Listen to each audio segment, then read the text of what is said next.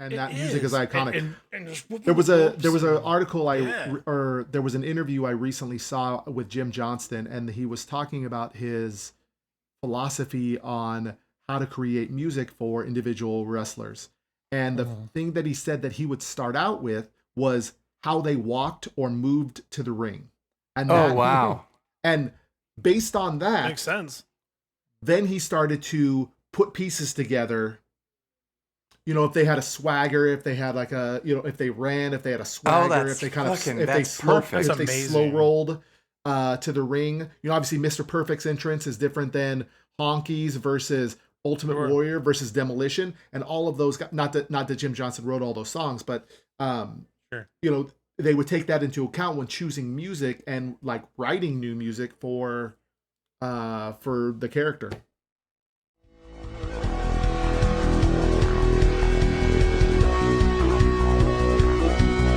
American males, American males, American males, American males, American males, American males, American males. When you say that I'm coming, American males, like blaring at the same time we do it. What's up, guys? Our Wrestling Podcast back at you with another episode. This is Dave Vicious, along with Jess the Total Package, Craig the British Bulldog, and the Nature Boy Joe, bringing you our perspective on the world of professional wrestling. No inside sources, no ties to the industry, just stories from the diehards, sharing open No ties. Today's topic, no ties. Top wrestling theme songs. For audio fans, give us a listen on Apple, Spotify, SoundCloud, and iHeartRadio, or watch our videos on YouTube at Our Wrestling Channel.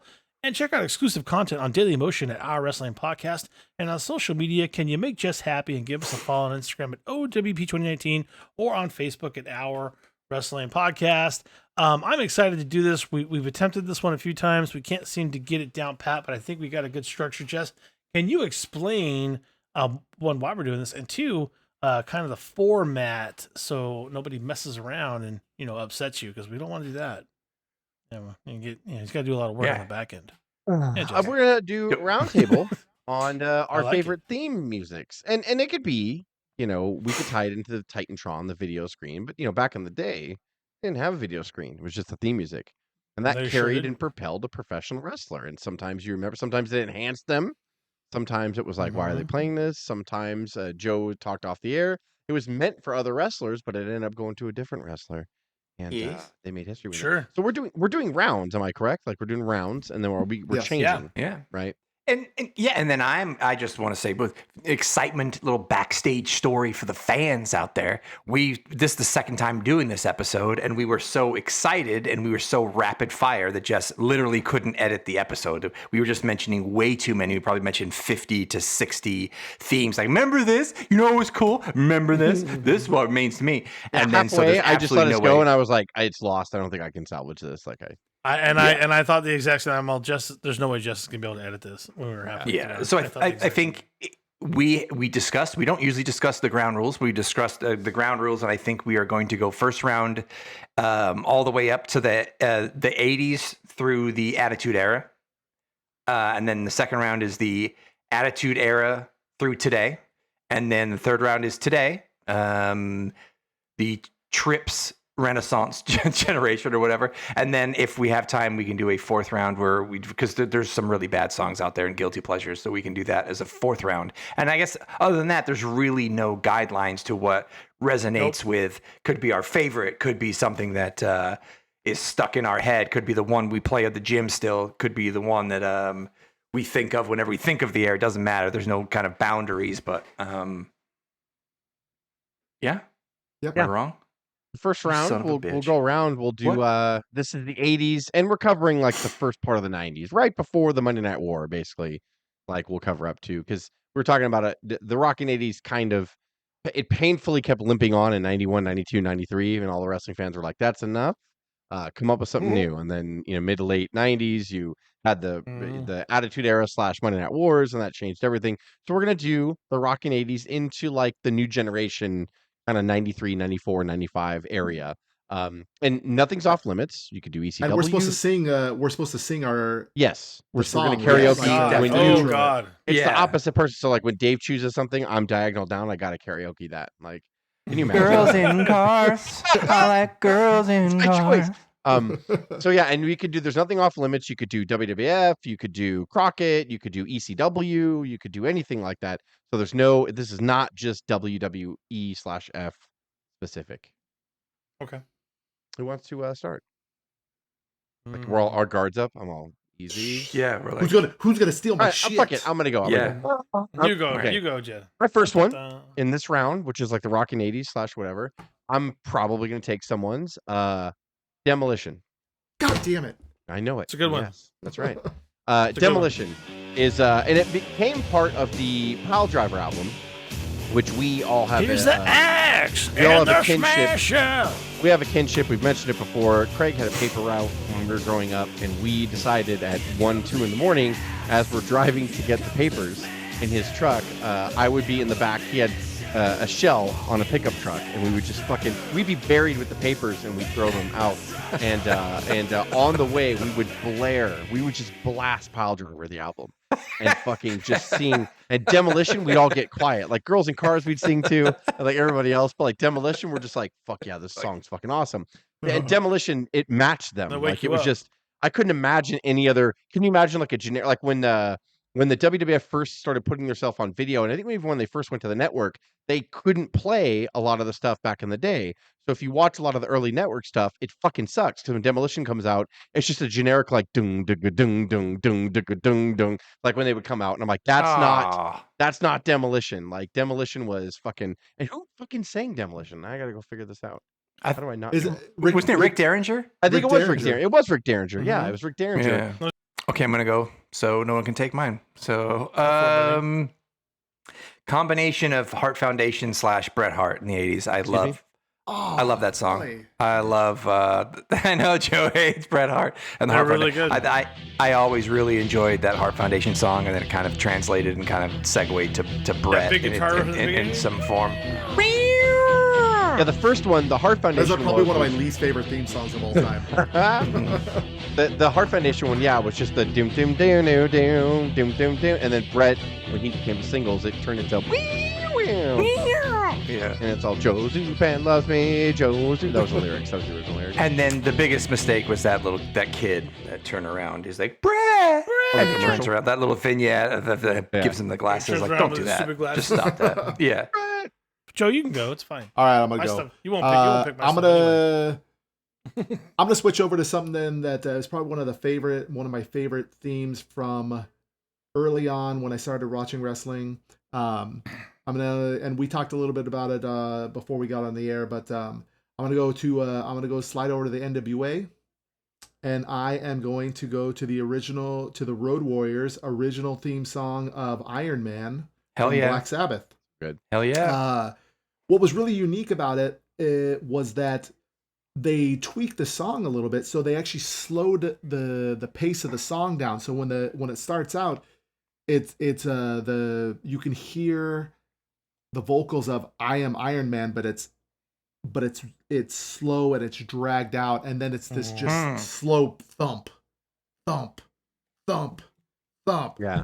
Meow, and then and the Warriors just coming down, and the spikes and the face paint, and these guys were just huger and larger than life, and it actually was perfect for them. It just gave them this like terrifying experience, as like this kind of build up and this pounding,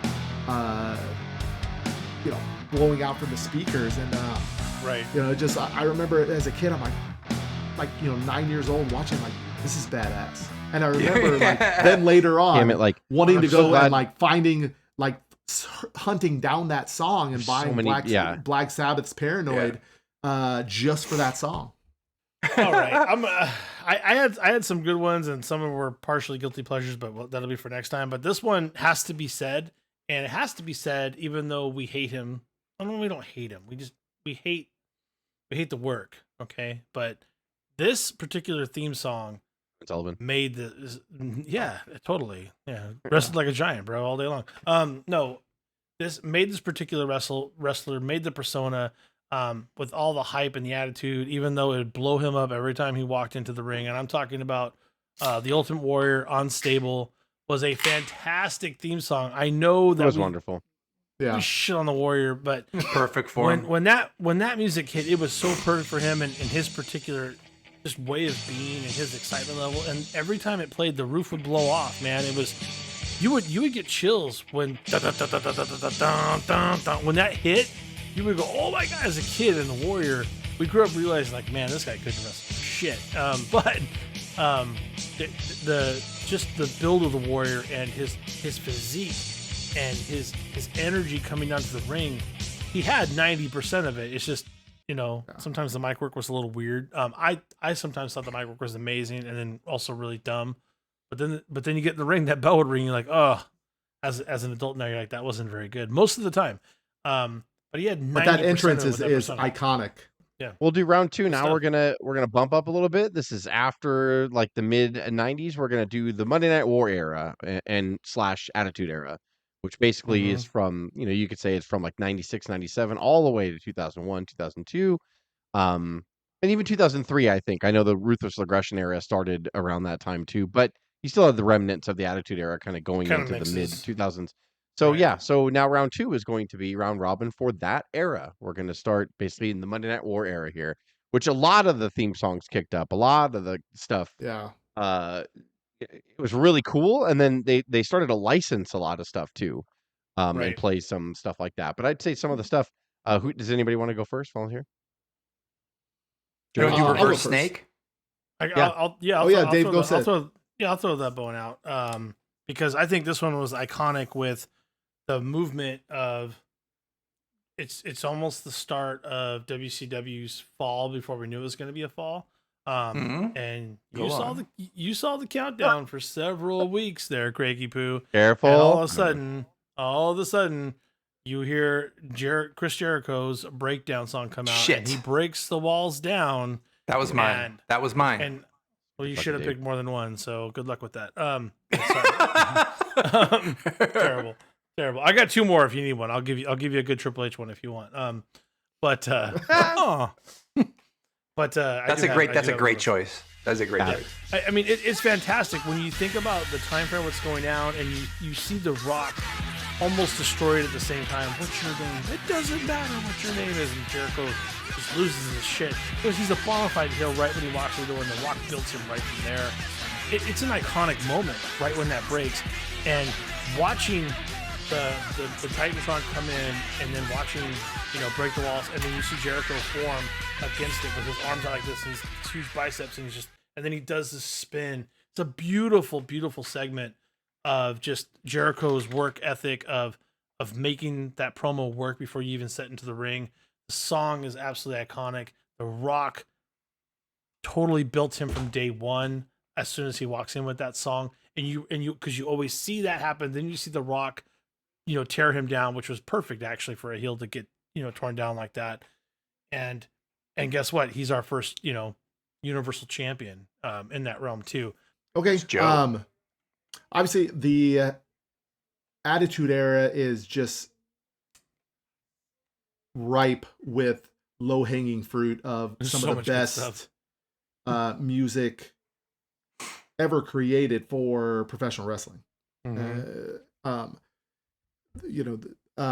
But I am going to go with one that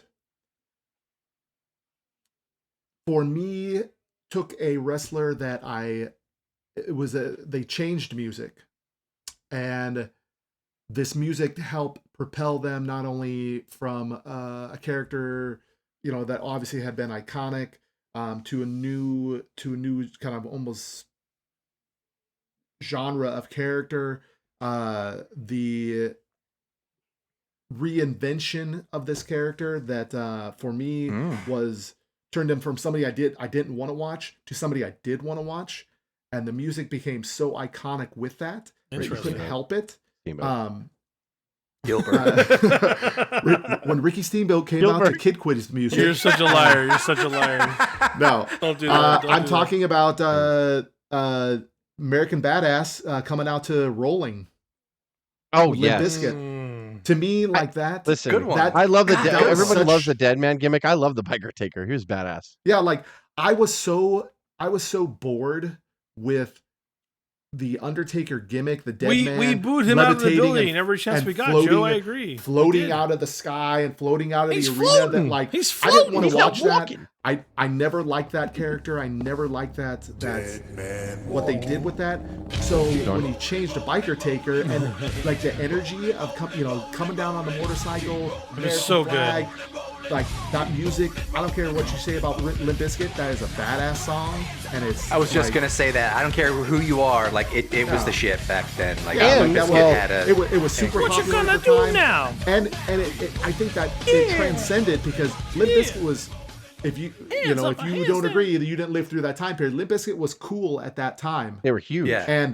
And they were huge. So for them to introduce this. Yeah, to like it's on your playlist live Jim, multiple times, but they did. But that song reinvented that character so definitively that it rejuvenated his career. I think that without the Biker Taker, that section of Biker Taker, tell me what you gonna do that now. gave us a break from the Dead Man, Undertaker's career doesn't last as long as it does. I think you're right. I agree with all I don't want to like ruin it for the second episode or whatever, but he also. I don't remember what order it was in, Joe, but he also came out to Kid Rock's American Badass. But that song is so amazing. Big Pants, where are you going to go? Huh? I'm going to go with, he wasn't one of the superstars of the Attitude Era, but for some reason, it was one of the best album, the best music album at the time. I think it was Volume 8 or whatever. It had all the Attitude songs on it. It had Rock, Stone Cold, Oddities, A Kane. I think it was Volume 8, and that was like the definitive Attitude Era collection of theme musics, the CD that came out. And on that song, whether you knew the rest or not, just from an audio standpoint, Gangrel and the Brood song was pretty badass. Their entrance was so fucking phenomenal. It was fire. Yeah. And then it really kicked into this high gear, like it was like this guitar. I don't even know if it's a guitar. I don't even know what the noise was, but it was awesome. Like the Brood's theme was fucking awesome. Yeah. That was great. So that was, I mean, they didn't last, and Gangrel didn't really last. But as far as like production in that song, you could have used that song for anybody, and it could have worked. But I remember on the CD, I would play that over and over. That was one of my favorites. Yes. So I'll close out with I'm gonna go WCW. Oh. This might be low-hanging fruit, and it might not be, because like I think like this, when I heard this, like I was just like, I don't know how right away I thought this was the most perfect theme song for this faction, and that was the NWO. Like that was probably like every time you heard it, every goddamn week, by the way. And like, but it didn't. And then they would change your favorite adult movie music. Yeah, Nash like it's like your favorite adult, or was it Hall or Nash? One of them said it. All of them said that. Accompanying us is your favorite adult theme music. But then they started changing it. Like it would be New World Order, like, and all that. And then like just Hogan laughing, or like you're going down. Like Scott Hall said that like one time, and it was just like it's just a bunch of. And then when Macho would come out to it, you would have the Macho sound clips in there. They would still do the new, but it was customized to every one. And when Nash came down, sweet, like you would just hear that in the background, like, and so it was so like it just encompassed them so perfectly. It was just like this. Right.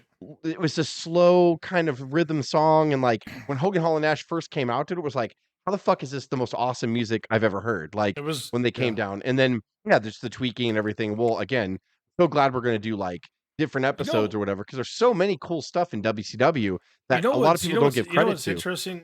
You know what's interesting about that, Jess, is like I really, and maybe you just know in your heart, but I kind of think like, did NWO make the song, or did the song help make the NWO push even further? And I don't know the answer.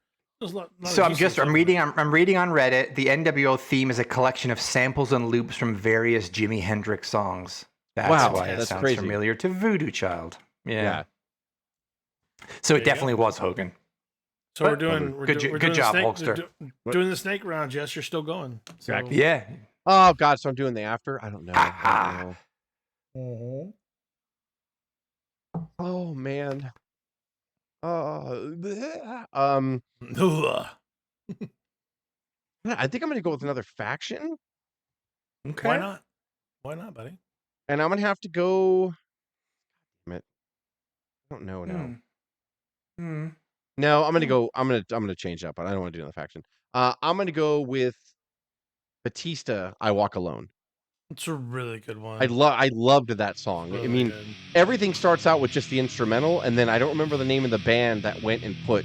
So it's like a hybrid license. Like because he used to just come out with the instrumental, and then they hired a band, or not hired a band, but I don't know if it was a popular band. A lot of the wrestlers would have friends in the music industry, and they would just write themes for them, or they'd take the current theme song and lay lyrics over it. And I loved the I Walk Alone with the lyrics. I walk alone. Like, I loved it. Like, and he came out and did the fireworks, and he shot like the gun, you know? It's And my then, like, it's with my his hands. favorite pyro intro segment. I don't know if we're ever gonna do a pyro intro, episode, but that would be on the top of my list all day long. Just the machine gun around. Mine is going to be, it's on my gym playlist.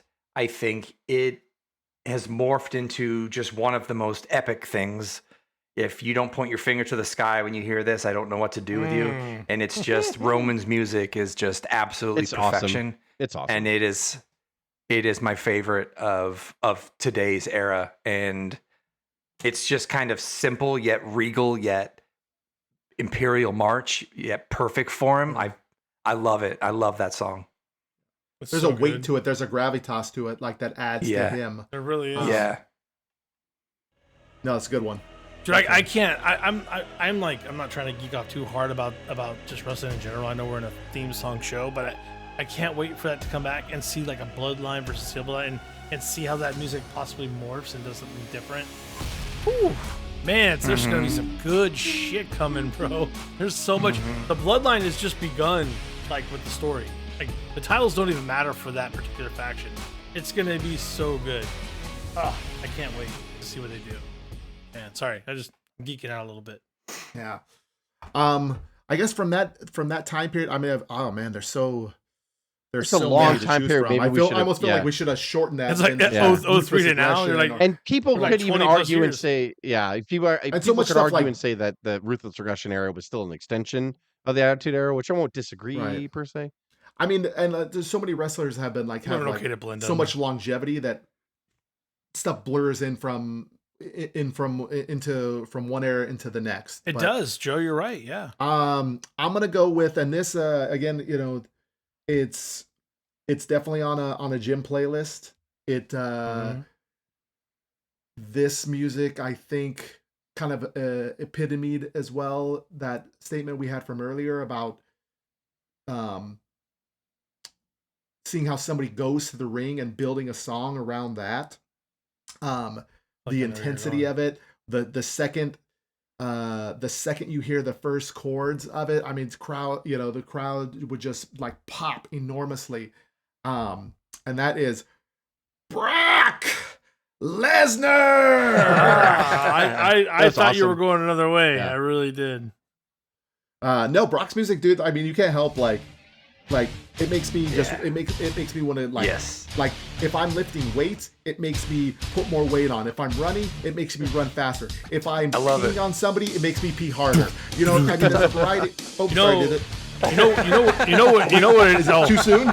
Too soon. You know Okay, you know what it is, Joe? It's like the Terminator. It's like the Terminator music. Yeah. You know. You're like, Yes.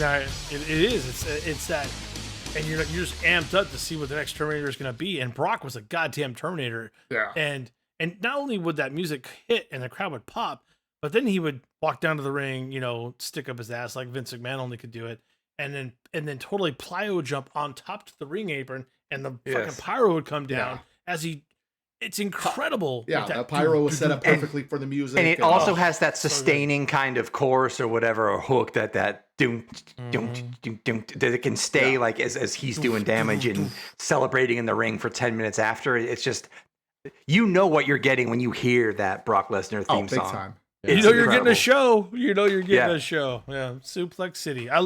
Good choice. Good choice. It's a great choice. And it makes me feel like I am getting the ultimate low-hanging fruit here. And I'm going to run right into it.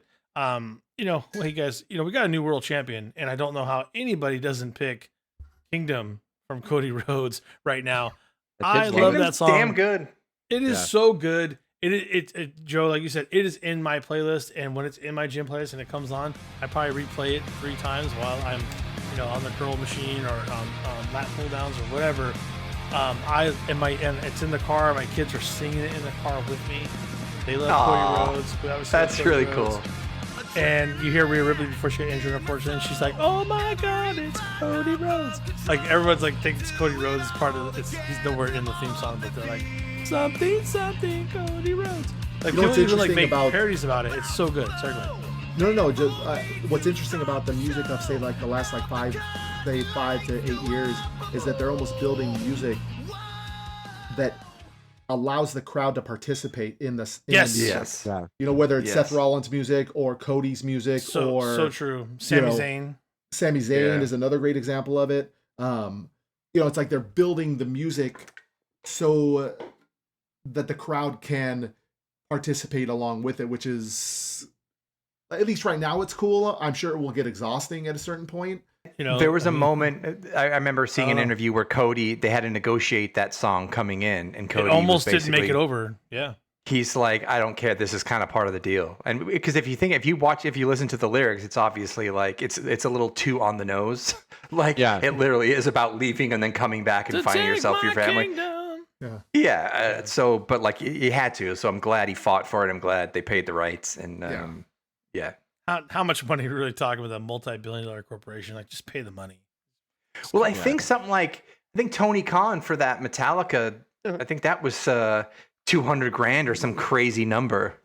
Like, it's like it can get pricey, especially if you want it in perpetuity for all the rights and like for the network. Like, look how much the music has disrupted because they didn't have the old Superstar stuff, or they didn't have the Rick Derringer stuff, or which is Actually, why I didn't think about that. stuff, That's like- a problem. Like for AEW, we talk about streaming. You never know. It could be something as simple as music that's holding him up from getting a deal because they're like, everything that you do is licensed for the most part, or a big majority of it. So we can't do that. You pay for that moment only, and then you can pay for like some other like physical medias, and then but if you want in perpetuity, that song and that moment played in any platform anywhere is a lot of fucking money. Which I'm feeling like now at least WWE has figured it out, and because they see it on the network, and they know people complain about it. If you take a survey, they're like, yeah, I don't get to hear the old theme music, that sucks. And they take that into account now. So like, well, if it's something that's not ours, we're just gonna pay for the rights and make sure that also is able to be on the network forever, and that won't happen anymore. And you're gonna learn from that mistake. But AEW's got a long way to go, to your point, Craig, just to even get streaming capability. But music could be a big part of that. I hope they did. Like the CM Punk and Living Color figured it out. Like they cleared everything for that. I don't know how much that cost, but I figured that might have been the first big licensing deal they had to buy. Was that one? Yeah, which is also on my list. That's one of my tops too. I love that song. I love it before CM Punk even did it. Whoa. Well, do we got time for guilty pleasures? You want to like run through it? Yeah, we can run through it. Let's go. Up to Jess. Okay, let's do it. If we're gonna snake draft it, I'll just back to back Cody with it because it's also in my playlist. I love the old school Cody Rhodes "Smoke and Mirrors." I think that's a really good song. I play it all the time in my phone. Just smoke and mirrors. I don't know why, but that song is so good to me, and it placates a Cody that's like nowhere near the Cody of today. But I love that song. I think it's a really good song, and I actually found it when I was looking for Kingdom. That's like Cody Rhodes, Smoke and Mirrors. I'm like, well, let me hear that. I'm like, I forgot about this. This is really good, and I play it all the time now. I'm almost ashamed, but I don't care. It's a good song. What do you guys got? Nice. Really good. So, Smoke and Mirrors. I'll do mine. This is way out of left field, and it really makes no sense. I like it. I don't know why. It's kind of a guilty pleasure. It's not Pile Driver for Coco. Why do you gotta say that? There's sequels. Stop it. There's sequels. Bird. It's Bird. Yeah! I fucking love that song. And I loved it even because eventually they had to move on from Pile Driver because that used to be Coco's theme music was Pile Driver because he sang it. And then after a while when they revamped his character it was Bird, and I fucking love it. And I don't know why. And every day, if we do retro reviews or whatever, and he's on it, and that fucking comes down, I will just stand up and kind of bop with it or whatever. I'm like, I fucking love it. Like, open a card. Yeah, to open a card, our opening contest, and you just hear that fucking, and everyone's up on their feet clapping. I love it. He was a get him out their seats kind of opener. Coco could do it. So good. Coco. Was it? Is it Craig or Joe? Sorry. I'll go. I'm trying Mine's very easy. It's very simple. It's the greatest song in the history of wrestling theme music. It's Ass Man. It's Billy Gunn's theme song. I don't care where you are. I don't care what you're doing. Ass Man. Yeah. I mean, I'm not even gonna sing. Yeah, Jess, I hope you put the song on, but just the lyrics is literally. I love to love him. I love to kick him. I love to shove him. I love to stick him. Love to flaunt him. I love to watch him. I love to pick him. And I'm going to kick him because I'm an ass man. Yeah, I'm an ass man. And he came to the ring, and that dude's still wrestling, by the way, right now. And he had that music and survived it. He's gonna wrestle now. That's my guilty pleasure. Fuck, I don't know if I'm gonna open up this episode with American males or ass men now. I'm really fucking. I'll play it under your commentary right now. So have to. Joe, send us home, man. Okay, guilty pleasure. I actually don't remember the whole theme song. I just remember how it opens, and there was something about most that matters. There was something about it that it was so cheesy and so like obnoxious that it couldn't help but be endearing, and you couldn't help but like just kind of go along with it. And that is. Everybody, here comes Too Cold Scorpio. Oh my god! Of course. Too Cold Scorpio's WCW music. Yes. I love that. Rhythm in my blood. I just still got rhythm in my blood. And then he would just come out. He would like just those kind of generic dance moves. Can we there was like a video that came with it. And can we just say that Too Cold deserved better? Too Cold deserved much better. Gosh darn it. That guy was. He had a shot. I think he. We do an episode on him. I think did we do a trendsetter or what happened to?